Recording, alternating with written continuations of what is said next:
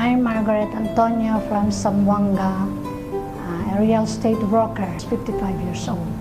Na-diagnose ako ng toxic goiter and maraming warts na sa leg ko. At the time, my friend ako na si Mary Joy introduced me to take Quantumin Plus. Sabi ko, mabuti yun. Wala akong ibang ininom. I tried this Quantumin Plus for 1 month. Nang malaman ko, na-disappear na yung, na-cleared na yung toxic goiter ko at saka yung warts nasali na rin, nawawala lahat. Nang ma-feel ko, parang lumalaki yung leeg ko, tapos na doon na nagpa-tingin ako na diagnose sa akin is a toxic goiter daw. At saka, yun, nag-take ako ng Quantumin for 1 month, nalalaman ko ulit, nang makita ng husband ko, wala na yung toxic goiter at saka nawala rin yung warts ko sa leg ko. Gumamit ako ng first use is 5 drops, kasabi nila 5 drops. Then I continue to use 10 to 15 drops na, continuous na yon. In every drink sa water, nilalagyan ko ng 5 to 10 drops. Nang first day, nararamdaman ko parang lumalaki yung leg ko.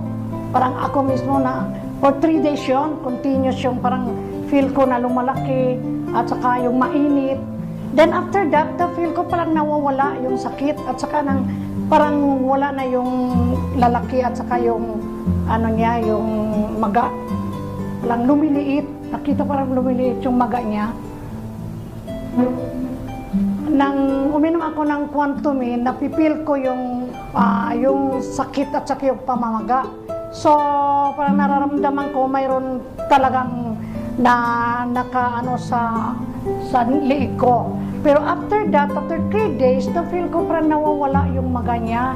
Parang nawawala na rin yung sakit. Kaya kung minsan, sumasakit din. At that time, parang hindi ko na na-feel after a week. Ngayon, continue pa rin yung Quantumin ko, pero nakita niyo wala na yung toxic goiter ko, wala na rin yung warts ko. But I continue rin ang use ko ng Quantumin until now. Yung mga tao na may mga karamdaman dyan, pareho sa akin, mag-use kayo ng Quantumin para malalaman din ninyo kung anong result. Sa akin, a month, maganda na yung resulta. Nakikita naman ninyo.